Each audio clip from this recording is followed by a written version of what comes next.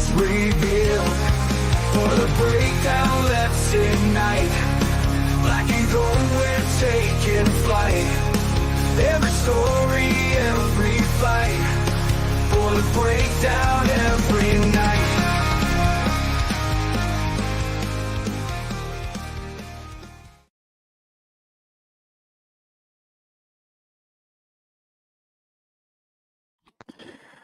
What's going on, Boiler Nation? It is Tuesday night. It's September 10th, 2024. You're listening to a brand new episode or watching a brand new episode of the Boiler Breakdown podcast, streaming live on the Boiler Breakdown YouTube channel, Facebook page, and Twitch channel. That's right. Fired up the Twitch channel for the first time in 2 years, thanks to good old Twitter making to have the premium account to stream live anymore. But hope everybody's doing well tonight. Webby, what's going on? It's I feel like it's been ages since we've had a game to talk about. We don't have a game to talk about really, except for one coming up. But not doing we well. have a game to talk about. We do have a game to talk about. We do have a game. Yeah, that's true. Yeah. Not excited. As I kind of said in our chat offline, it's, you know, being from where we're from in Northern Indiana, we grew up, all of our news channels came out of South Bend. You kind of grow up, a lot of our teachers were Notre Dame fans. They didn't go there, obviously, but they were massive Notre Dame fans. And so it was that whole thing of like, you hated Notre Dame football the most, you hated Indiana basketball the most. And for the last 10 years or so, we haven't really had, games to get fired up for against Notre Dame. And so it feels really good to fire up the hate bandwagon again, because it's been missing in my life. It hasn't been missing in my life. It hasn't, but like it's just like getting ready for a game to like. Yeah, no you doubt. Can't really you can talk trash, but it's like there's no game to kind of like the game. And if you're watching live, the game in your background, the 04 game, which was really fun to go to school. Mm-hmm. That following Monday. Yeah, I was lucky enough to be there that day, and that was still one of my favorite Purdue games of all time. It's definitely on my Mount Rushmore of Purdue football games for sure. And made my love for Kyle Orton grow even more. Yep. But yeah, we will get much deeper into the Notre Dame Purdue talk as it's the renewal for the Battle of Shillelagh, the rivalry this week, the 88th meeting all time in the series. But first, let's talk about the Irish who were in action over the weekend. They paid $1.4 million to have the Northern Illinois Huskies out of the Mid-American Conference coming to Notre Dame Stadium. And Northern Illinois not only left with $1.4 million in their pocket, they also left with the school's first top 10 victory in their pocket. Mm-hmm. And now a ranking. In a ranking, yes. Top 10 and a top 5. And top 5, yeah. 16-14 Northern Illinois. It was impressive what Ethan Hampton and the Huskies did there. Yeah, it was one of those games, going into it, thought maybe Northern Illinois could maybe give them a game for a little bit, as these, especially early in the year, you kind of see these MAC teams, which Northern Illinois, they're, historically a pretty decent little program. Mm-hmm. Obviously Purdue fans, as much as we try and forget it, they came into Ross-Ade about 10 years ago and absolutely whooped our butts. Mm-hmm. Was that the year they went to the ABCS Bowl? Yes, with Jordan Lynch as quarterback. Yep. And just they made a bowl game a couple years ago, if not last year. So they're no. They made one last year. Yeah, they made one last year. Yeah, they're no punching bag, that's for sure. But I thought they'll give them a half, and then Notre Dame will kind of flex its muscle once they realize that they can't really mess around with this team. But those pesky Huskies just didn't go away. Yeah, the Boilers are 0-2 all time against Northern Illinois. The matchup you were alluding to was a 55-24 loss on September. Pretty sure we were like 6th row in that game as a student section. That was not fun. Their other loss was a 09 September 19th home loss, 28-21. I remember Aaron Valentine returned a punt for a touchdown that game, but also muffed one, if not 2 punts that killed. I don't remember that game. Yeah. So, yeah, not. I don't think Purdue has the Huskies upcoming anytime soon on the schedule, and I bet Notre Dame doesn't for a long time. Even though Notre Dame does have another MAC team next week. After the Purdue game, they host Miami, Ohio. Okay. This is their second road game in 3 weeks, traveling to Ross-Ade. but I believe they only have one true road game left after this one. And it's the last week of the season against USC. It's USC. Their Yeah. games against Army and Navy are neutral site games, which Notre Dame will have 90% of the crowd of both. Is that like the Shamrock series is one of them or whatever? Army is, I believe. Yeah. Okay. Yeah. Yep. Let me see. I want to see where that game's at. I know the Navy one is at Baltimore. That's pretty cool. It's usually at Baltimore at least. Let me see. Yeah. Army, yeah, November 23rd.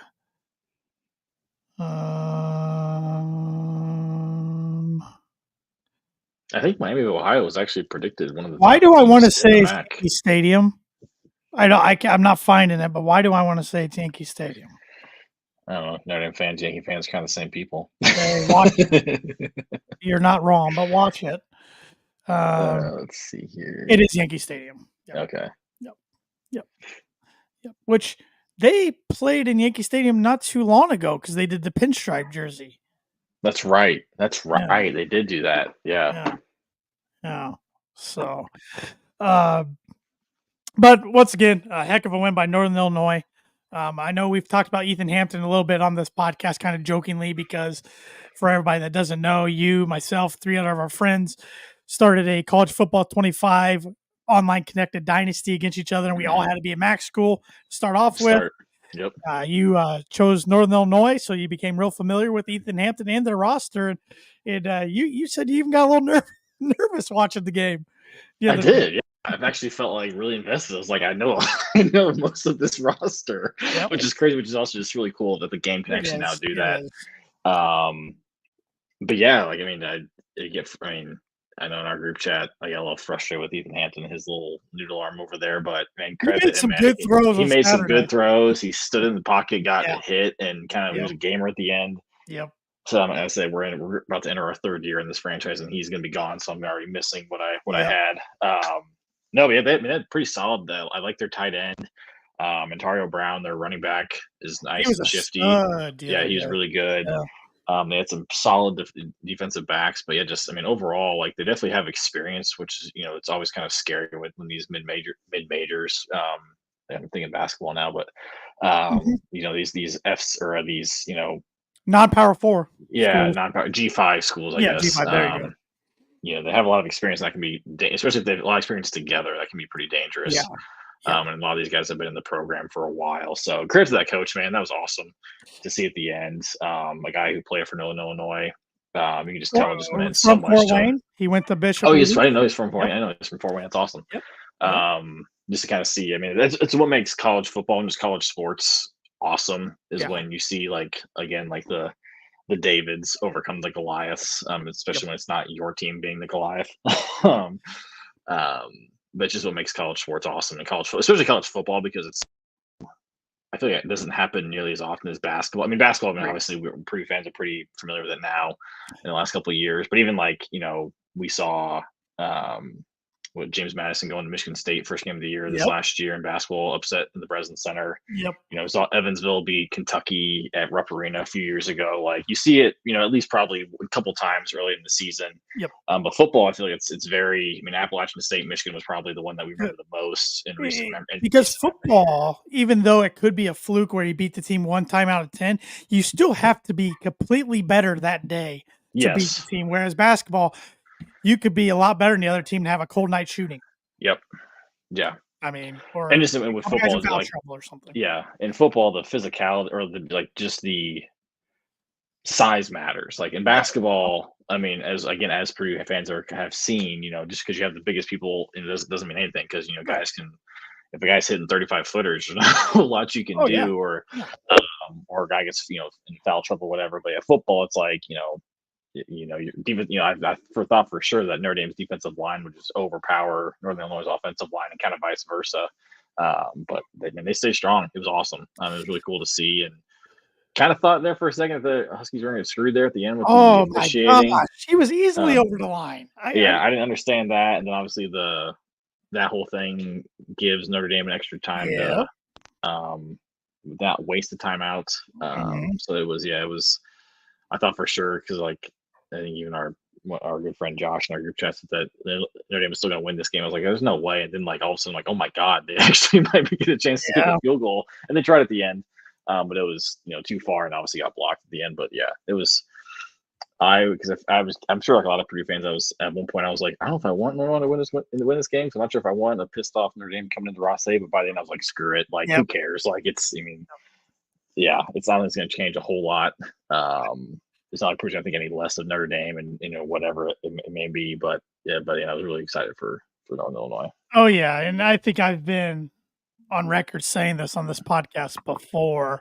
If I had to list my 5 most hated teams overall in sports, it goes Indiana basketball. Yep. And for me, Notre Dame football 2, Indiana football 3, and then as a Broncos fan, it's the Chiefs or Raiders, back and forth. Yeah. It has to be on the week, and it'll differ. Yeah. And if Harbaugh keeps up his crap, the Chargers are going to be right there pretty quick. Yeah. That was top 3. I probably agree with it too. Yeah, it's one of those things where I know you've said on this other podcast. As my wife doesn't hear me, but if Notre Dame and Indiana played football, I'd probably cheer for Indiana. That or just like not watch it and like go watch. I would. I would.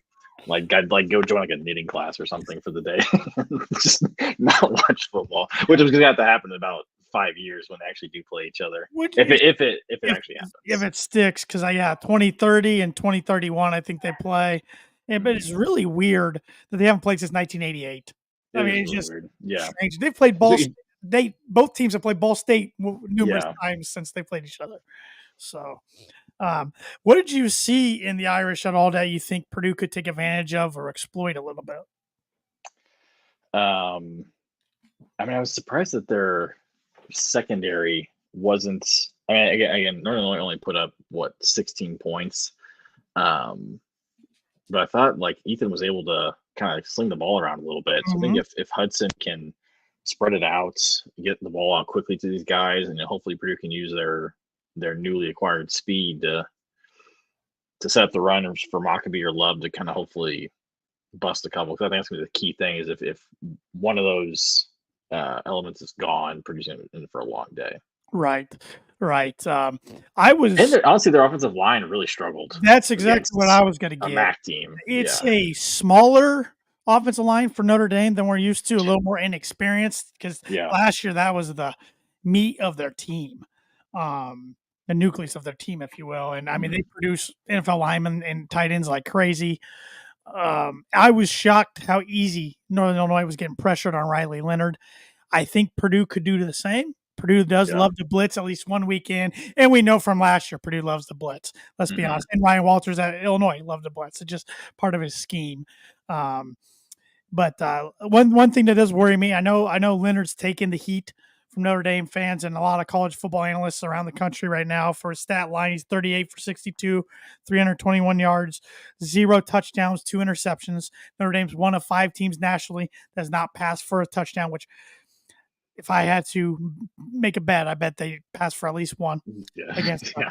But what worries me about him is his ability to make plays with his legs. Yeah. He has 23 rushes for 79 yards and 1 touchdown on the year. His long rush is 11, but just like the ability to make a 3rd and 5 or 36, nobody else pick up first downs. So that was the one thing that was disappointing. The only thing I can think of in our performance against Indiana State was we did let their quarterback run against us a little bit. Yeah. And I guarantee you Riley Leonard's a better runner than that guy. So. Yeah. And I hope, Walter even said in his press conference, they got to contain Riley. But I'm pretty sure going into the Syracuse game last year, it was pretty known that their quarterback could also run. I feel like he ran for he killed us. 1 billion yards. Like, and there's one time he ran for like 40 yards before he got touched, and he kind of just bailed out on the run just at the very end of the game because he had to. Because he could. So that's what I'm worried about is just like, we say we're going to contain him, but then like, are we selling out? And then there's nobody within 15 yards of him. And like you said, he can pick up that 3rd and 4 with no problem, or, a 1st and goal or a 3rd and goal situation, that type of thing.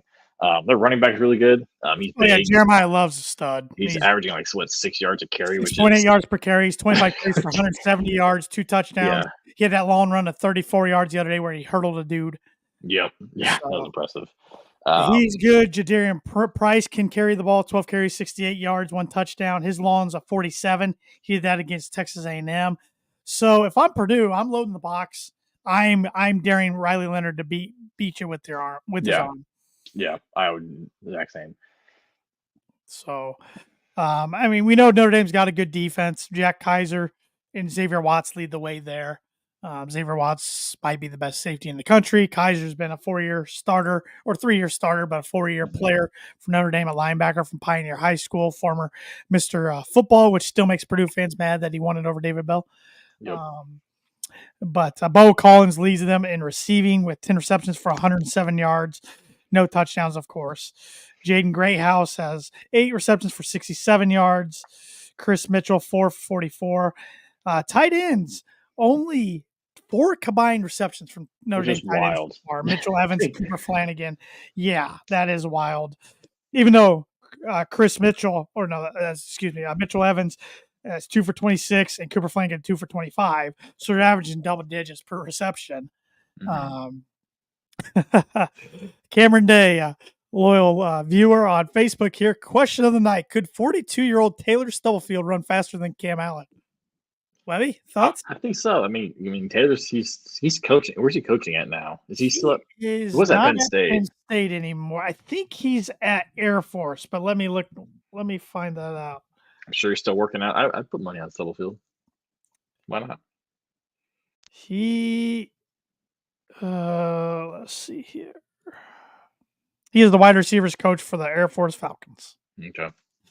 He has been as a coach. He's been wide receivers coach for Central Washington, grad assistants wide receivers coach for Eastern Michigan, wide receivers coach for Illinois State, wide receivers coach for Central Michigan, wide receivers coach for New Mexico, wide receivers coach for Wake Forest, wide receivers coach for Utah, wide receivers coach for the Toronto Argonauts in the CFL, wide receivers coach once before for Air Force, wide receivers coach for the U, wide receivers coach for Penn State, and wide receivers coach now again at Air Force.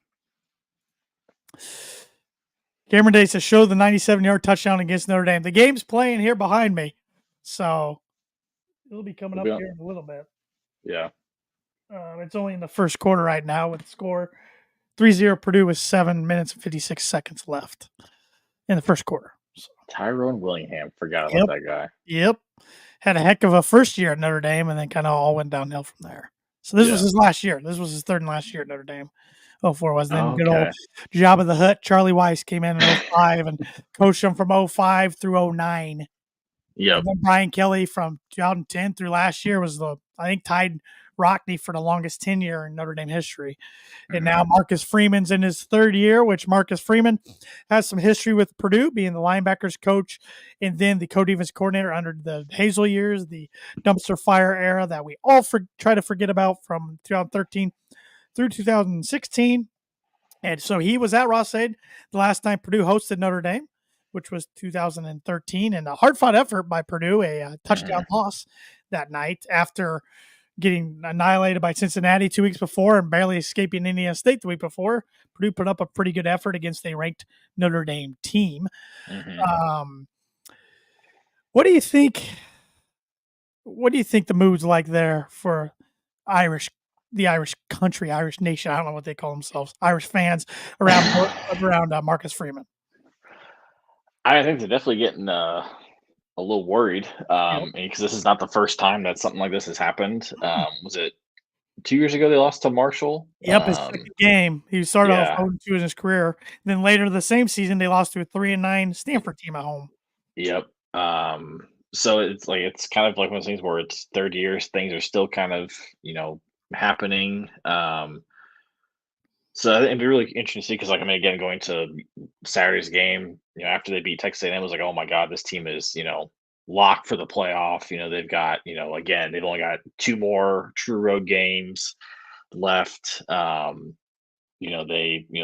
5 spot is theirs to lose. The 5 seed in the playoff, which is probably the best spot for them because you play the one you played like a 12 seed, which is usually a G5 opponent. You'll play it at home, and then you're playing I think like the 4 seed, which is probably a team that's probably ranked in the teens to 20s. But then all of a sudden now your spot's kind of in jeopardy because of this. Mm, But I mean, I don't know. I mean, I like Marcus Freeman a lot. I think he'll be fine. I think the players love him. I think he's an excellent recruiter, as we saw. I mean, he was able to get guys at Purdue during that horrible tenure. mhm. Some really good defensive players. But I think, yeah, definitely. Like, I mean, if they lose, if Purdue beats them, then oh boy, that his seat's gonna get a little warm, warmer than it is already. I said before the season started, I thought it should be pretty warm going in next year if they didn't make the playoff with Oh that schedule yes, just on yeah, paper. yes. But they are college kids. I'm sure everybody around campus told them how great they were this past week. Hmm. We know the media did. Like you said, the Oh media yeah, was already penciling them in the playoff. You go into a game, you're 4 touchdown favorites. You take a team lightly, and they punch you in the face, and you don't recover. Um, yeah. so I kind of, wonder. I think Marcus Freeman's a good head coach, and I think he will be an even better head coach down the line. I just don't know if he'll be at Notre Dame. It Yeah. could be one of those cases the job is just too big for your first head coaching job, and that's a job with high expectations, whether if they're granted or not. And it's kind of, if it does go south, it's going to remind me a lot of Mike Davis when he took Hmm. over at Indiana. I mean, he got him to the 0-2 national championship with Bob Knight's players, and Jerome Brooks is returning a kickoff for a That's touchdown right. in the Yeah. background. He was the third string running back on that team, and then he transferred somewhere. I don't North Texas maybe. He was fast, but Yeah. anyways, to where Mike Davis was kind of the easy hire for Indiana at the time because the players liked him. He knew the culture, knew the system. Same thing with Marcus Freeman. Whereas Hmm. maybe if they had a month to sit on it a few years ago, which of course they didn't, but maybe if they did, I don't know if he would have got hired. Yeah. I don't know. I don't Yeah. know. It's So yeah. Whenever the incumbent leaves, it's kind of tough because then it's like yeah, obviously and leaves like for I mean like LSU. I mean, again, leaving Notre Dame, it's definitely probably a top. I mean, would you say in top five job in college football? Definitely top 10. definitely top 10. I'd say borderline top 5. Yeah, so it's like it's Um, hard to get better. I mean, obviously LSU is. I yes, mean, right there. it's one of those SEC schools that like obviously It, they've had consistent winners. They've and got the support. It's not like it's Mississippi State or something like that, or it's Brian Kelly had done everything he could there. I mean, he had made the national outside of championship, made the yeah, playoff outside of winning the whole thing. yeah, I mean, he's a jerk, but he's a good football coach. I mean, he was darn good at Notre Dame, easily the best yeah, they had since Lou Holtz. Um, so yeah. yeah, so he And has you some big could maybe shoes to like fill. even like I mean I'm not sure if this is even a thing as much now as it probably used to be, but like you do wonder like maybe with him is like is it obviously academic standards at LSU I assume are pretty a little easier for compared to Notre Dame. Yes, So it's, maybe he think that that was a factor of like sure, did that maybe keep them from getting certain players. I have no idea. I mean I feel like could be. it's it could be, but yeah it's but when the coach leaves, yeah, it's a lot tough because it's not like you can just easily say get rid of the whole staff because of they were like kind of like with Purdue and Hazel. Like a lot of us wanted Freeman to stick around, but we knew there was no chance that he was going to be hired on by the new staff. Yeah, But so yeah, it's hard to make that when the guy leaves. It's like okay, not like we're bad. Like you can keep the guy who knew the system and the players know already. But yeah, it's like yeah, it's a good point. Had they had a chance to really sit on it for a while, would they make the same decision again? yep, yep. Well, before we kind of switch gears here, let's pay some bills here and talk about one of our sponsors of the podcast. That is Mad Mushroom. Mad Mushroom's been a proud sponsor of ours for the last couple of seasons. We love having them on board again. And they've been serving Boilermakers since 1993. They're located in the heart of West Lafayette, and they're known as the home of the original cheese sticks. Whenever Evan or I visit, we like to sit down, have an ice cold beer while trying out their latest pizza of the month, which for the month of September, you got Carl's Spicy Barbecue Chicken Pizza. It's their house blended spicy barbecue sauce topped with chicken, cup and char, pepperoni, onions, and mozzarella and cheddar cheeses, starting at just $14. So when you're in town on Saturday, stop on by. Tell them the Boiler Breakdown sent you for $5 off any order over $20. And any Boiler Breakdown listener and viewer can also use the coupon code BREAK5. That's all caps BREAK5 to claim your discount online at madmushroom.com. That's Mad Mushroom. Feed your head. And so go enjoy a good pregame meal there, or maybe a victory dinner afterwards. Can you hear me okay? Yes, I can. Okay. I realized that my mic was on my AirPods and not my actual microphones. You are louder now. You are louder Okay. now. So it's a better mic. It's using my actual good mic, not my AirPod mic. So it's my bad. Cameron Day, do you think Purdue has a real chance this week? I'm worried about the defense slightly. Spread was 10.5 last I checked. Well, the spreads went down 6.5 or 5.5 points because it was started at 16.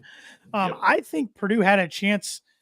I mean, you always have a chance when you play at home and have a ranked team coming in. You got the crowd fired up and everything, and you're relatively healthy. I thought Purdue had a chance before the Northern Illinois, and I think their chances increased after Northern Illinois. I mean, you play this game out 10 times, Notre Dame's going to win more times than not, probably out of 10 times. But I think the key is Purdue's got to come out and punch them in the face. Yep. Purdue's got to get a lead, get Notre Dame on their heels, let the self-doubt creep in a little bit, let the worrisome creep in a little bit about, oh, God, we can't lose this game. There's no way we get in the playoff if we lose 2 games, and one of them is to Purdue as well as Northern Illinois. Let that creep in. The last thing Purdue can do is get down 10, maybe 10, at least 14 points. Yeah, if it's 2 scores, if it's 2 scores, I think it's cooked. Yep. No, I really do think there's a chance. Riley Leonard's coming in banged up. It was reported he hurt his shoulder against Northern Illinois, which I know I saw Purdue fans freaking out, but like, oh, great. Who's the backup that Purdue's going to make a name for the guy for the rest of his career? Because it happened with Montana. It happened. The guy, Gary, starts with the last name starts with G, the famous 2000 game where Breeze and company went up to Notre Dame, or 99 game where Breeze and company, no, it was 2000, where Breeze and company went up there and lost to a tight end made into a quarterback pretty much the week of. By a field goal, 2 points, 3 points. And we've seen Rocky Lombardi, Michigan State. We've seen other instances, but we'll see. I think Purdue will blitz him a lot, hit him a lot. So we'll see if his shoulder can hang up. But yeah, I think if Purdue gets off to a good start, they definitely has a chance. Question for Evan: how's it feel to lose to the worst fantasy football manager this weekend? San Francisco defense is worthless. Tee. I think I might have that crown. Actually, I lost both my fantasy games in Yahoo. I lost one of them by 0.8 points last night. Ouch. I'm trying to look at what was the score. Yeah, I lost. I didn't lose as bad as I thought I did. But yeah, fantasy is not something I'm very good I at. Struggle too. But going back to the question, I think there is a chance, a good chance, but especially being at home. It's gonna be rocking. It's gonna be rocking. It's gonna be rocking, especially now. I think, I kind of go back and forth. Like, would have been better had Notre Dame, had that number 5, number 4 next to their name. I think now it's almost like, do Purdue fans smell blood in the water? I don't know. But also, I think you mentioned this on one of your other podcasts. I think this is a game that Walters and company have been prepping for all summer. Coach speak, they're definitely getting ready for Indiana State, but it's like, it wasn't like that. We're playing Northern Illinois. It was like Indiana State is not good. Yeah. So I think they're able to dedicate a lot of time to how can we, get off to a good start and kind of change the narrative around this team that the media has going, where, Purdue is last in the Big Ten, be lucky to win 4 games sort of thing. So I think the staff will be prepared. Obviously now can they come out and execute. Well, and Jeff Brom had his staple Purdue victory in his second year.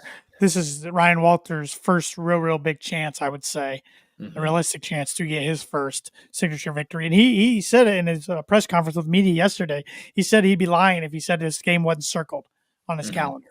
So he knows what it means. He grew up with a father playing for Colorado when Colorado beat Notre Dame for the national title. Thank God that's not going to happen this year. Either way, that would just be the worst. I'm not sure I could watch. I don't know, because no. Usually I hate watching the other team, but it's like, how do you hate watch my 2 least favorite teams this year? Oh man, awful. That was just awful. But so he knows what it means. Players know what it means, and I think Graham Harrell has some tricks up his sleeve this hope so. week. Whether it's trick plays or some formations we haven't seen. I think we ran pretty vanilla offense for all things considered against Indiana State, which you should be able to do that and still win comfortably, Mhm. which Purdue did. I do wish that C.J. Smith, wide receiver transfer from Georgia, and Nyland Green, cornerback transfer from Georgia. I wish those guys were suiting up. We were in the belief last week and the week before that they would be. Doesn't sound like they're quite ready. Walter said they're close, but yeah, if they're not ready, you don't want to push them. The season, Yeah. you still got 10 more games Yeah. after this, so you don't want to If push you them. lose Saturday, it's not like the season's not over. It's Right. like I'd rather have them, lose Saturday than have them come back so we can get a win in Corvallis the following week. So I feel like Right. that's such a Flip huge game, swing game yeah. for this season. Yep. But yeah. Yep. So we'd like to have those guys, but Corey Stewart's going to be back. Joe Anderson's going to be back. So they've got some guys healthy. As a fan, having the bye week last week kind of stunk.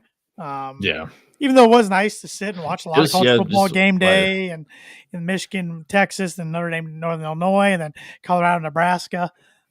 Enjoyed all those games, really. Yeah. Who I was rooting for won in all of those. So yeah, that was nice. But yet, like it's nice to get the juices flowing again this week, and I'm just glad this game's back on the calendar. Is it Yeah. Purdue Super Bowl? Yeah, I'm not going to lie, Yeah. it is. It is.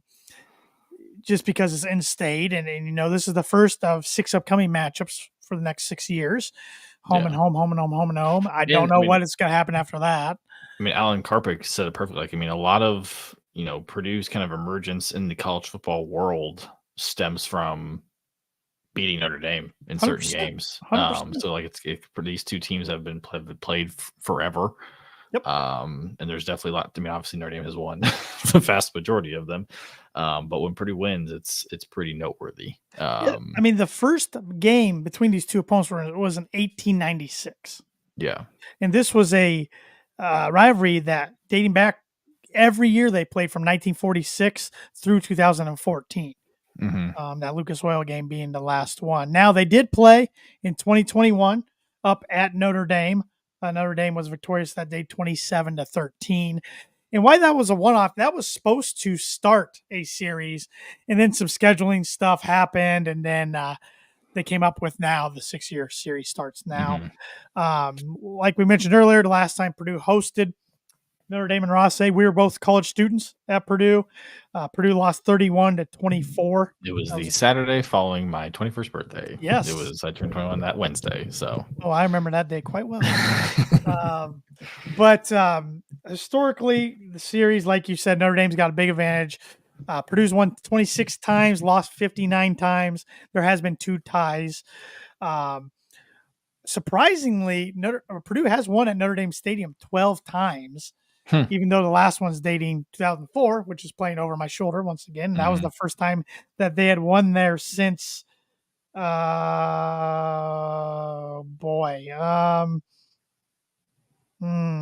trying to find the last win in South Bend before 2004, 1974.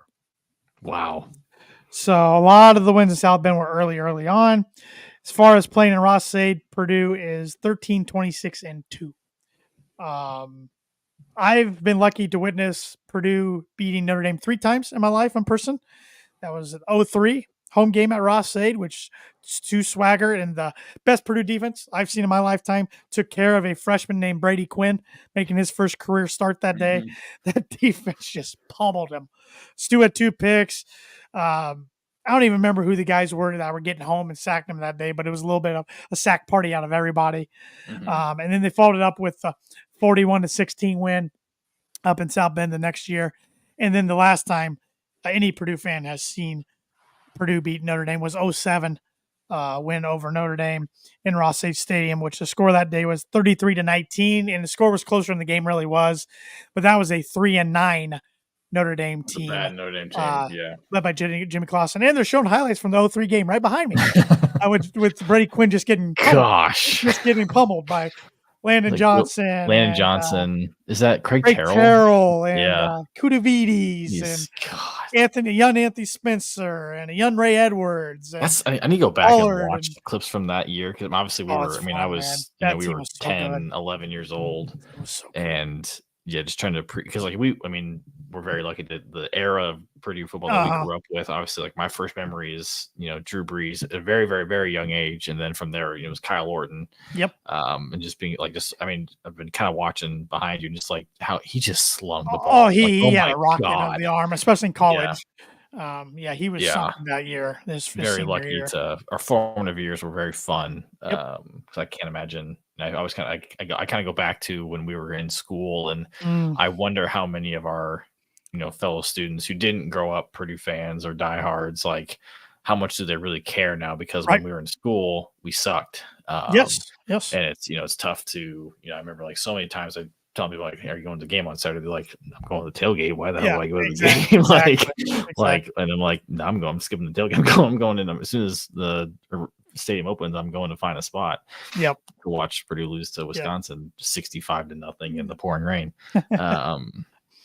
But yeah, I mean, this has always been a special game, especially because like it's early in the year, the weather's awesome typically. And like I said, like from where we grew up, it was Notre Dame country when it comes to football. Monday morning getting ready for school. If Notre Dame won, that's all they talked about. If they lost, they would just breeze over it.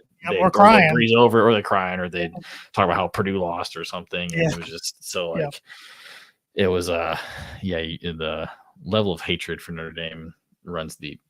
Yeah, I would be interested. Where I live in Fort Wayne, it's pretty split. I would say between Purdue and Notre Dame for football, and then Purdue and IU for basketball. A lot of reversibles up here. How about Indianapolis? Pretty split. I feel like I don't see a whole lot of Notre Dame. Maybe I'm just not looking. I mean, maybe because they're such a brand nationally, we know that. Yeah, but you kind of see it everywhere. I mean, like I know some Notre Dame fans here, like who grew up Northern Indiana, so it's and they're Catholic, so it always seems to be the thing. Like I remember growing up and people were like, "Oh, I'm Catholic, so I cheer for Notre Dame." Obviously, I'm like, "The hell does that have to do with it?" Like I get it now, but at the time I was like, "Okay, cool." But Indy's obviously very heavy Purdue, Indiana. And I feel like, especially because in Indy, you've got a lot of IU grads. So typically, the smart ones, like my wife, which that is one common thing we have is we both hate Notre Dame. So there's that. But you do see a lot of IU football fans around here. So, well, especially this year, especially if Notre Dame trips up again, those reversible fans are gonna. We got to get our basketball gear out early this year because now we got another football team to root for. Yeah. So, but a few more things I want to hit on in the series real quick. The average margin of victory, 16 points. There's been 1,411 total points scored in this series. Smallest margin of victory was a Purdue win, 15-14. And the largest margin of victory in a Purdue win is 36-0 back in 1904. That the 1-point win was in 1981. Last 10 matchups, Purdue's fared 1-9. Not very good. And they've lost 8 straight. So was the last of the actual series, was that 14 when they played in Indy and Lucas Oil? In Indy, and Purdue played a heck of a first half, but got I was at that game. Yeah, and then beaten second half pretty good. 30-14 was the final. Yeah, my whole family was at that game. Danny Etling was starting that day for the Boilermakers. So here I'll give you this is a impromptu little trivia. So what year was the first year you could remember a Purdue Notre Dame game? So I swear by this. My dad, for some reason, can't back it up because I asked him, we prepped for this podcast, what his favorite Purdue Notre Dame memories were, and this was not one of them, so I'm a little insulted. I swear on my life that my first Purdue game was the 99 Notre Dame game. I remember nothing except watching Notre Dame run out of the tunnel because of just like hearing the boos, and I just remember seeing the gold helmets. I don't remember seeing Breeze twirl into the end zone or was it 2-point conversion or whatever it was. I swear that's my first Purdue Notre Dame memory, and I swear that was my first game because it was on my birthday. I turned 7. But after that, it says I don't really remember a whole. I feel like I was at the 03 game. I can't verify. Memory's not good as yours, but I definitely remember watching 04. Do you remember 05 at all? Yeah, that was miserable. And 49-28 Notre Dame Drummond, we had lost in overtime to Minnesota the week before. Came in, Notre Dame was hot with Weiss, and the big thing I remember was a deep ball is up in the air, and Samardzija's running after it. Jeff Samardzija, who was one of my least favorite Notre Dame players of all time for a lot of different reasons. And the Notre Dame guy next to me, Samardzija, he's yelling when the ball's in the air. Samardzija dives, catches it one-handed at the I think, that and we just got that sounds very familiar. Yeah. I remember the Hope timeout year all too well. 09. 09. The 11 game was my freshman year at Purdue, where good old Turbo. Yep. Under 3 game home was like 20 yards first play of the game. I remember from our vantage point student section, it was like, oh my gosh, it's a great throw. And I was like, oh my God. I was lucky enough to be on the sidelines that game as a first year manager. And when he threw that, I saw it come from a mile away. I'm like, oh God. And 2 plays later, Michael Floyd over the top, or Tommy Reese over top of Ricardo Allen to Michael Floyd. So here, okay. So, all right. So let's say 03.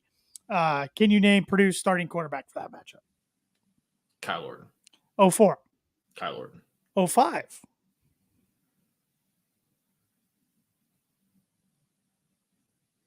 So in the 05-06 year, was it Brandon Kirsch? Was Brandon Kirsch. Curtis Painter had not taken over yet. Yep. 06. Curtis Painter. 07. Curtis Painter. 08. Curtis Painter. 09. Was Curtis Painter, right? No. 09, he was graduated. He was graduated, okay. That's right, yeah, because his freshman year was 05. Yeah. What year are we on? Sorry, 09. That was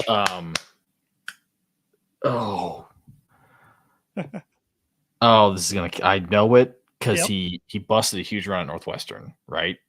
Was it? No, I'm thinking Rob Henry. You are but I know we won. We were actually pretty decent his 1 year. Who is it? I'm blanking. Joey Elliott. Yep. Led the Big Ten passing that year. Yeah. 2010. Brian Kelly's first game. It was season opener. So in my senior year. My first game as a Purdue freshman, which was pretty cool.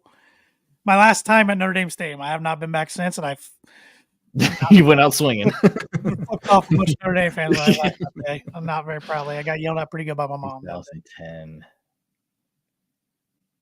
Was it Robert Marv? It was Robert Marv. Because he dove into the end zone and got a penalty call. Yes. Yep, I remember that. 2011. It was Turbush for some godforsaken reason. 2012. 2012. This was a heartbreaking 20-17 loss up in South Bend. 2012. We outplayed them that day too. That's what sucked by that. Was it Austin? No, it was not Austin Appleby. No, he was a freshman though. Was it Sean Robinson? No, because he had switched to linebacker by that point. 2012. We played two quarterbacks, but one started. Was Rob Henry? Nope. Caleb Turbush started, and Robert Martin played a lot as well, back and forth. Okay, for some reason I forgot that. This day, and Robert blew his knee out for like the 8th time that game. But that's right. I don't know what Danny Hope and Gary Nord were thinking. Robert led us to a touchdown late in second half, and he had the high hand, and they went right back to Caleb Turbush in second half. Yep. I haven't never understood that this day. 2013. 2013. That was Rob Henry. 2014. Danny Etling. Yep, just talked about that. And 2021. Oh, so I was like 2015. I was like, we didn't play him. 2021. That was O'Connell. Jack Plummer. Oh my God. O'Connell unset him like the next week. Right. Yeah, I think that kind of made a switch. Yeah. So, and I was trying in my head to see if I could do the because my earliest memory was the 01 game I went to. It was supposed to be played week that was September 11th, 2001. Yep. So I was actually played Saturday, December 1st after the Bucket game, and I went. That was my first Purdue Notre Dame experience. Notre Dame won 24-18 in Bob Davies' last coach game because he was fired after that game.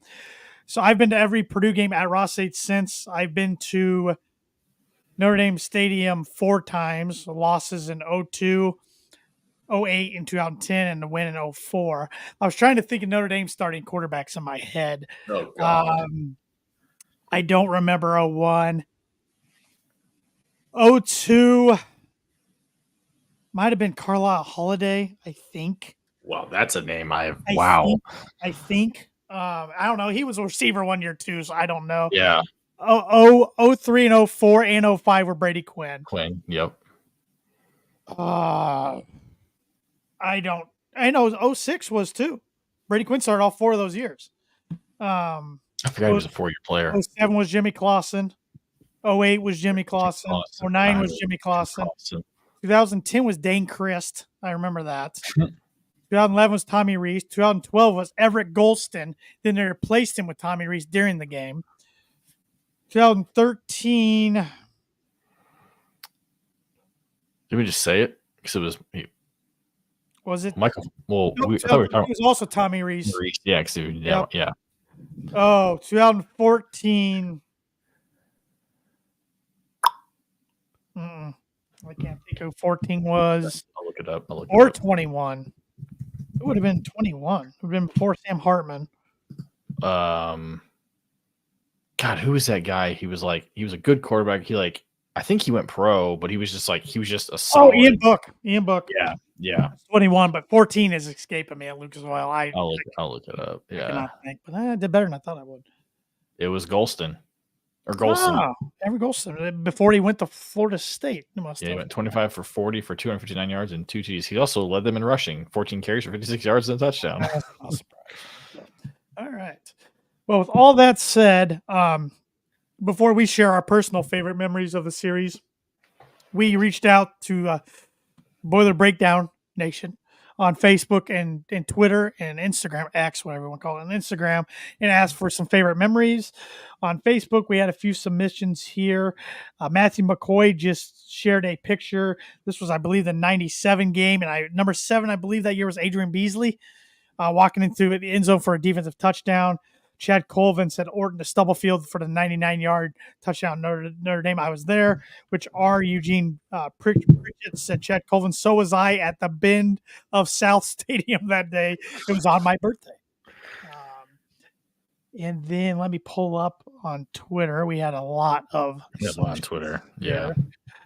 Which we appreciate, everybody. Let's see here. It would help if I go to profile. There we go. Let's see here. We had another person sharing Adrian Beasley scoop and score in 97 Tiller's first year. That was from Right Wad Therapist on Twitter. Stubblefield Orton 99-yarder. That was from the original at Boiler Up 02. Vinny Sutherland, Purdue legend Vinny Sutherland said 97 was the best. 99 wasn't too bad either. Vinny is both those games, if I'm not mistaken. One of them was the bubble screen. 97. Yep. Tiller showed off the bubble screen. That was the week after the loss at Toledo. Yep. Boiler in Ohio at Jimmy J 1426 said the end of the 99 game directly in front of the student section. I don't even think we rushed the field. We were so stunned as the clock ran out. Because Notre Dame was trying to spike it, I believe, and ran out. Okay. They were down 5. South Bend Clean at Keeper's Spike, said, I have literally none since I've never seen Notre Dame or Purdue beat Notre Dame, though I did get it told to sit the F down by Indy Karen for standing and clapping after a big first down play a few years ago. Oh, God. The Vortex and Iraq war story at Thomas Mao. I hope I pronounced your last name right. I want to say this is also, I talked to my dad. So I think this is my dad's freshman year at Purdue. It was 1977. Okay. And he tells me this story all the time. I love just I can imagine being in the exact same situation as a student where this is the game where they had a quarterback that got knocked out or he got hurt. Gary Forsythe. Yeah, because my dad was like, they were starting to celebrate, like, oh, this is awesome. You know, we got him. And then in comes some no-name freshman quarterback named Joe Montana. Third stringer. Yeah, so named Joe Montana. And legend began. Whooped them. Yeah. Legend began. So yep. He said 1977 could hear games from home, but rarely went. My dad was a domer, got us tickets, and I was happy to root against him. I was 12. He said. Third quarter, Boilers up 10. Rusty Lish, terrible as their starting quarterback. Gary Forsythe knocked out Notre Dame down to third string to Joe Montana. And rest of my memory less good. That's crazy. Chris McGovern at GovChrisMac on Twitter. The bus saved my life when he planted his foot, cut and drove our player upfield for a big gain. Instead of going out of bounds, threw me on a rain-soaked plummeting South Bend. I worked for Purdue football then and covered Rams later. I thanked him for saving my life. He remembered the play. That's hilarious. That's pretty cool. That's pretty cool. You've been stepped on by a Purdue football player. So thanks. Go on short. Busted my toe and my notably small man. My toe just literally recovered like 2 years ago. I finally got the nerves going in it again. Pumpkin Shuckers at Pumpkin Shuckers on Twitter shared he said win one for the drum, and it was the end of the 99 game. Yep. Andy at A Strange 83 on Twitter. 97 and 99 home wins. 99 had the Breeze end zone dive, and 97 was my first ever college football game attending and was sitting front row south end zone as a kid and was blown away at the atmosphere and was instantly a fan for life. And the reason I went to Purdue for school later in life. Love stories like that. Love that. I get like emotional thinking about it because like it's the exact same thing of like I remember because we can get into our personal anecdotes. One of my favorite games, even though we lost, was 2011, just because that was my first game as a student. Because again, like Andy and so many other people, like I was lucky enough to go to games thanks to my dad, and being able, sitting right across, the side opposite the student section, like it was the same way for basketball, like just like dreaming of hopefully one day being a part of something like that. And so being able to finally be there in 2011, even though we lost, was like pretty surreal because it was just like I'm a student at Purdue, the school I've been dreaming of going to, and we're playing Notre Dame. It was a night game, so it was just like it was just incredible for a little bit. Thad Moody on Facebook. That 2001 was one of the coldest games to attend. The Fire Davy chant back and forth from each side of the stadium made it worth it. Yeah, because Purdue fans were yelling it too. It was kind of surreal. Yes, but Evan, besides the 11, the start of the 11 game, any other memories that stick out to you? I mean, 04 is so hard to beat because just like I don't really remember 03 that much, but I just remember being at home. I don't know if my dad was home because I feel like he wasn't. I don't know if he had to work that Saturday or whatever it was. I remember just like watching that game and just being like, "Holy crap!" Like we like kind of feels like thinking back now, kind of very similar to 2018 Ohio State of just like, what is going on? Like, how are we? Like we are destroying, the team I hate the most of anything. And just like the Stubblefield play was incredible. And just like again, Saturdays of being a kid, and just being so excited that Purdue beat Notre Dame and just couldn't wait to go to school on Monday, to see all the annoyed Notre Dame fans. Like I said, 2011 was fun, just because again it was my first time as a student. Those are the ones that stick out the most for sure. Yeah, I got quite a few memories. A lot of them in losses, unfortunately. I don't remember the 01 that well or anything. I remember being there, but I don't remember any plays that stuck out. 02 was my first experience at Notre Dame. We had that's one place I've not been to a game of. I want to. You need to get up there next year. Yeah, I'll go with you. It's been 14 years. Next year will be 15 years. It's been long enough for me. It's an uncomfortable stadium. It's very crowded with wooden bleachers, but at least last time I was there was, unless you pay high money and have the nice seats. But anyways, 02, I remember going. We had the ugly white jerseys with the gold numbers that nobody could see, especially where we were sitting. I remember Anthony Chambers had a punt return touchdown. That was pretty cool. 03, remember going to that game, actually sitting on the visitor side, which besides being a student, I had never done, or I still haven't done to this day at a Purdue game. Just remember Purdue's defense teeing off of Brady Quinn. 04, my dad got tickets from a coworker who at the time she went to Notre Dame, and her parents are big time season ticket holders. We literally were second row in the end zone. The end zone that Taylor Stubblefield ran into. So you can see Yes. yourself in when they show the replay or whatever. You can see yourself. Yes. Stubblefield ran into that end zone. That was unreal. And we had some Purdue fans around us. That was a lot of fun. 05 was miserable. 06 wasn't there. Don't even really remember much about it on TV. 07, I remember sitting next to you, and I remember Dustin Keller having a touchdown and us beating Jimmy Clausen.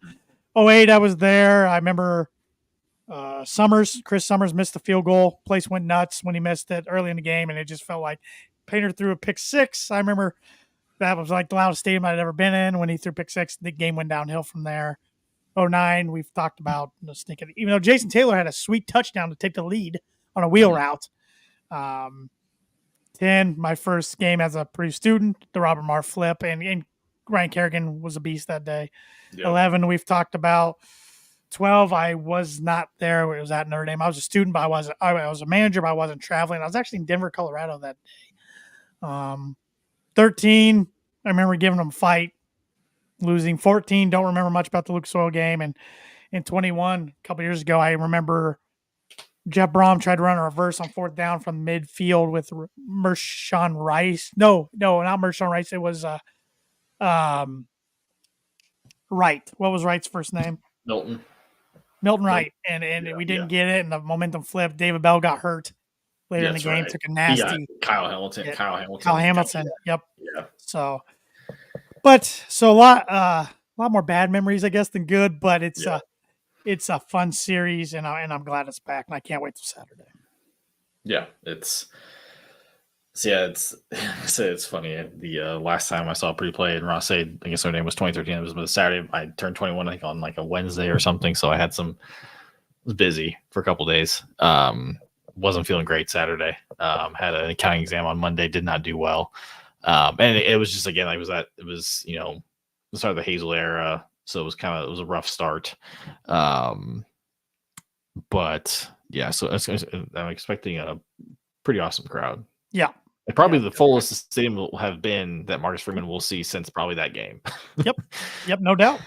Yeah. So let's go around the Big Ten before we end it and eventually predict our score, spicy take, and all that. Around the Big Ten this weekend, Wisconsin's got a tough home matchup.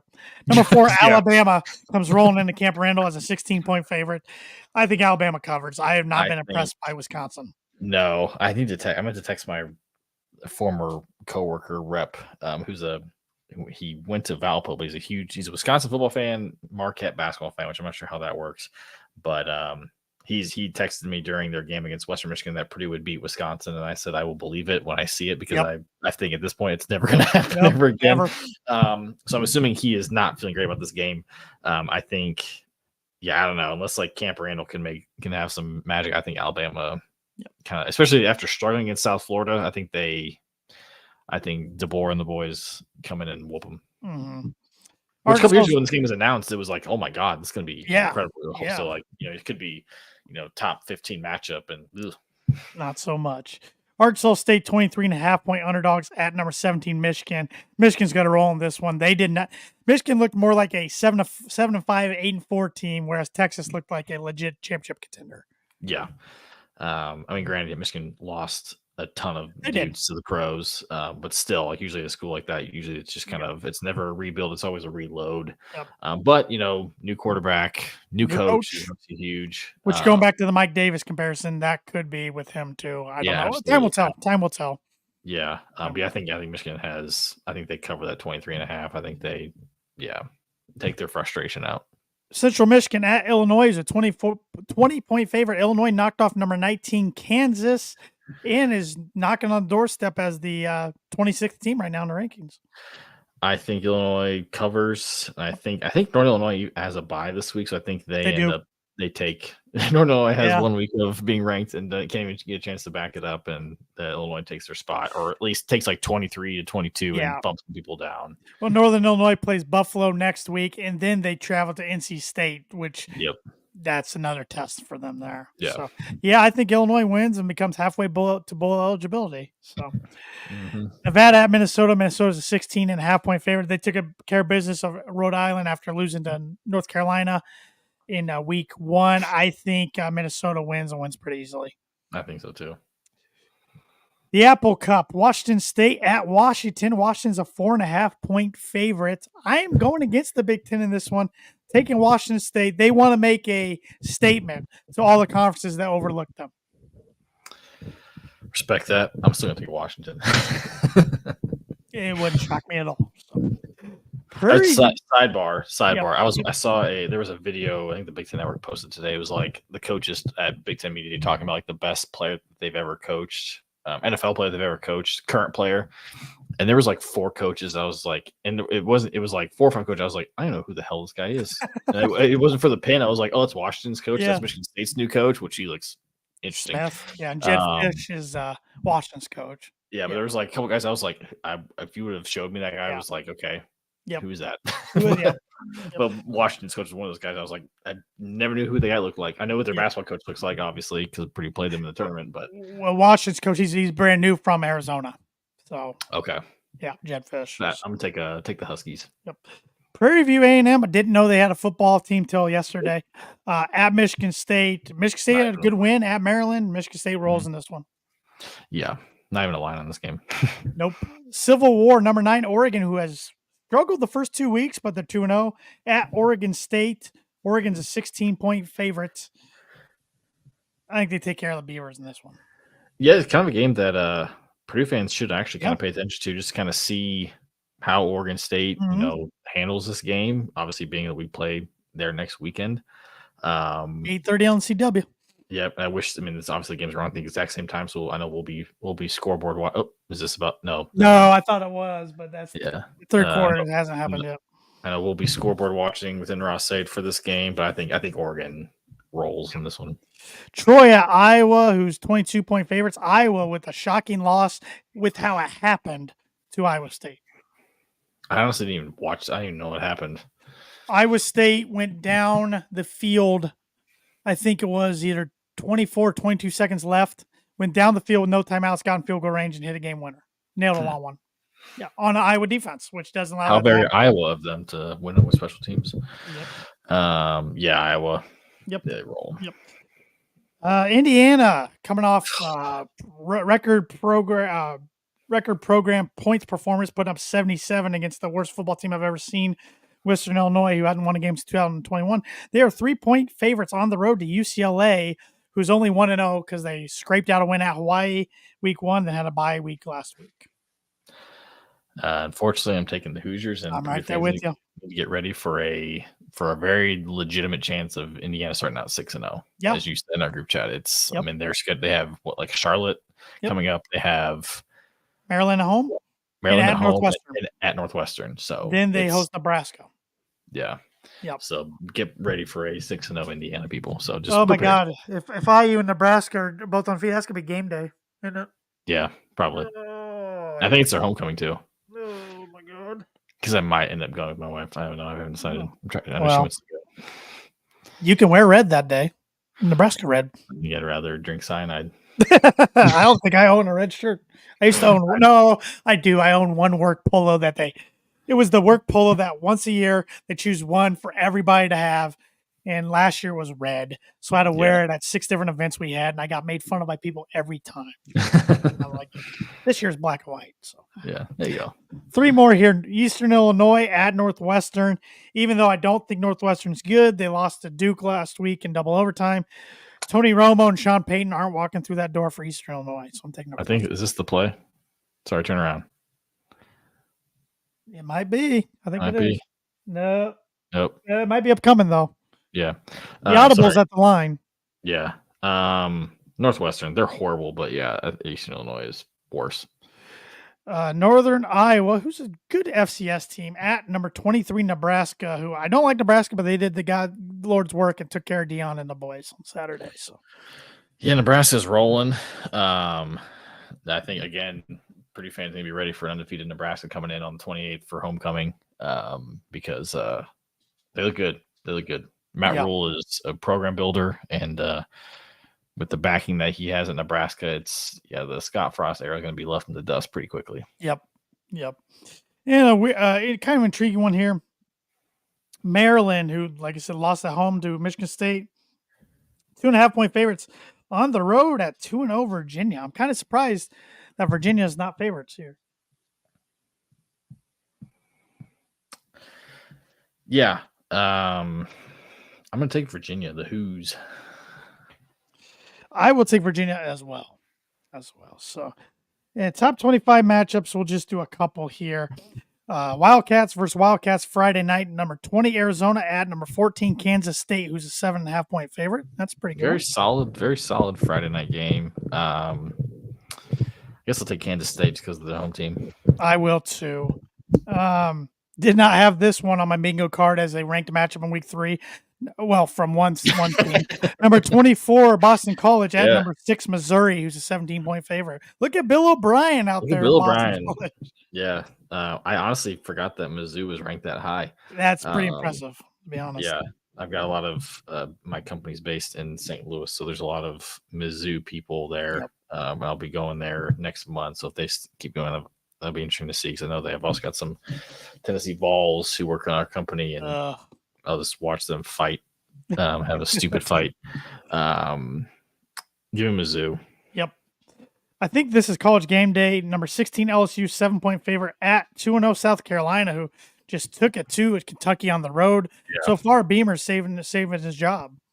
Surprised they're not ranked. South Carolina, but give me LSU. It'll be a hostile environment, but give me LSU as well. And all the rest, I think, are going to be blowouts by the top 25. Godspeed to Ball State as they travel down. At least, I mean, nice weather down there. I mean, I guess that's true. That would be nice this weekend. Yeah, the hurricane should be passed, right? And then you think? I don't know. Yeah, there's not a whole lot of Godspeed to UTSA against Texas. I think Georgia whoops on Kentucky. Yeah, and Tennessee looks really freaking good with Nico, their quarterback. Looks really good. Yep. Well, before we make our predictions, our score predictions, and our spicy bowl predictions, all that good stuff, Webby, why don't you let everybody know where they can get some great Purdue merch to wear to Ross-Ade on Saturday or wear after a victory? Yeah, that would be the shop. The shop has been bringing hometown apparel to the fans since 2011. They started out in garages. Now they've got 3 retail locations in the Indianapolis area. They've got one downtown. They've got one in the Broad Ripple area, and they've got one in the Carmel area. So if you're in the Indianapolis metropolitan area, check them out. Today they had I was downtown. I was really close to their downtown location, and they had a quick flash sales, like 30% off everything between 11 and 1. And I literally I was working and I got out and it was like 12:57. I'm like, I'm not going to make it. I was pretty mad. Because I wanted to go see if they had they released a whole slew of simple logo tees. The Purdue one's black gold motion P just looks clean, crisp. I really want it because it's sold out online right now. So I wanted to see if the retail stores had it I wanted to wear it this weekend. Nevertheless, I did not make it. But if you want to go check out, they got anything. We got most of Indiana universities except for the one that Purdue's playing on this weekend because they're stuck up punks. Yes. But if you're an Indiana fan, Ball State fan, Indiana State fan, Purdue fan, Paul obviously, Wabash. Wabash, they got some awesome stuff for the Battle of the Bell. They even Ohio State now get a Buckeye in your life. No. They've got licensed apparel for them, so it's official. That's pretty cool. It's knockoff stuff. It's not this knockoff stuff. I've got the Script Purdue drink glass that I've been for a couple of years. Your football hat. All things Indiana. It's really cool. They always come out with new stuff. They're huge with the Indianapolis Motor Speedway and 500 and Indianapolis Indians, doing some cool stuff with the Fever. Who've been lighting it up and in the playoffs now, going from worst team to now making the playoffs is pretty incredible. But if you're online, Christmas is coming. It's crazy. We are about almost 3 months away. If you go online at the shopindy.com, you can use promo code breakdown. You get 25% off, and you can use it more than once. Can't beat it. They're always running deals, whether it's free shipping, 20% off, 50% off. They've always got something going on. But if for some reason they don't have something going on, use our promo code breakdown. You get 25% off your entire order. Really comfortable shirts. They fit really well. Super soft, super comfortable. They got sweatshirts, hats, all stickers. I got a Play Hard sticker behind me if you're watching, for Gene Katie. And yeah, they've been a partner for us for a couple of years now, and I love them. Yep. They've been a great partner of ours. And Purdue owned. Yeah, and Purdue owned, even better. So, all right, before we give our final score predictions, I want your spicy bowl prediction for Saturday's game against the Irish. Terrian Grant, player of the game. Oh, I didn't see that coming. I like it. Dealing Green outs. Yeah. Terrian Grant played. He's got one game under his belt. 5-star kid. High profile. Primetime, essentially primetime game coming in. Like hopefully, when he plays best in the light, shine brightest. So if there's ever a game, do it now.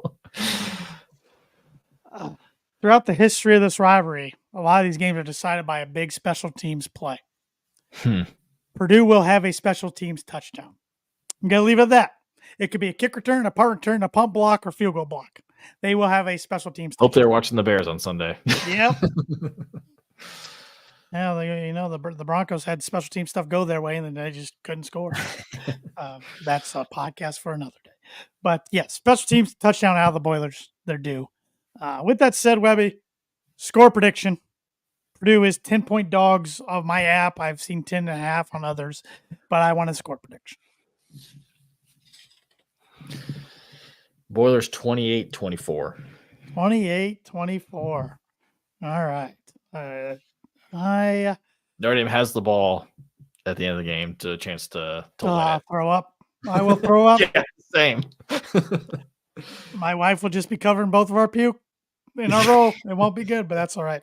Yeah, she's never experienced this rivalry, so it's gonna be interesting. I apologize to Mrs. Lee in advance. Yeah. We literally, because we are going on vacation next week. Spoiler alert: Webby will be joined by a different co-host next week. It won't be me. And originally she wanted to leave Friday or Saturday. I said, you said, absolutely not. I am not. So we are flying out early Sunday morning instead. So hopefully it'll be worth it. Hopefully. I know yesterday on my other podcast, I picked against Purdue. We got kind of a friendly competition of confident points with the Big Ten, so I have to be really smart because I usually lose, and our other friend just won't let me hear the end of it when he wins. Yep. So, as Kyle Orton just threw a touchdown to a defensive lineman, I think it was Rob Ninkovich. No, Rob Ninkovich wasn't there yet. I don't know who 93 was that year. Anyways, maybe it wasn't Ninkovich. Whatever. Besides the point, getting off track. I'm taking the Boilers as well. Man, I want to say in the 30s, but I don't think they can score that much against the defense. I also forgot, sidebar, before we had names in the back of our jerseys at that point. Yeah. So that was a big deal when we did that. Yeah, Danny Hope did that. Was the first one. Was it Danny? I thought it was. I guess I thought Taylor never did. Huh. Man, I don't think. I'm going to go 27-17 Purdue. 10-point win. Double-digit win. Yep. Man. Is there a field rush? I'm glad you're asking because I wanted to ask. Yeah. I want to say no, but I think there will be. Yeah. By students. Yeah. Which I'm all about students having fun. Yeah. But it's just like, they did just lose to Northern Illinois, which Northern Illinois could be great. We don't know. You know, but we don't. I went 5-7 my first year with them, so they're already doing way better than me. Yeah, they did better at South Bend than you did. Yeah, by a long shot. Yeah. I gave up the same fight with Western Michigan at Columbus as they did in real life. So, but I beat Wisconsin. They did not. So yeah, it's gonna be fun at Ross-Ade. If you see us at Ross-Ade, come say hi. Love to chat it up with you. But thanks everybody for listening and tuning in. And if you're a subscriber on our YouTube channel, if not, you should be. If you are, be on the lookout as after we click in stream here, we're going to be recording a quiz, a Purdue football quiz. So it's going to be a YouTube exclusive. So make sure you are subscribed to our YouTube channel. We'll probably start doing more of those as football season and basketball season winds on this year. We like to have fun with those. So maybe they'll turn into a Facebook/YouTube exclusive. I don't know. Tanner quizzes me and I do no prep beforehand. Just you did fine last week. So, last week or 2 weeks ago. So with that said, Webby, let's boil her up, hammer down. BTFI and BT Irish. POTFI. Boil it up.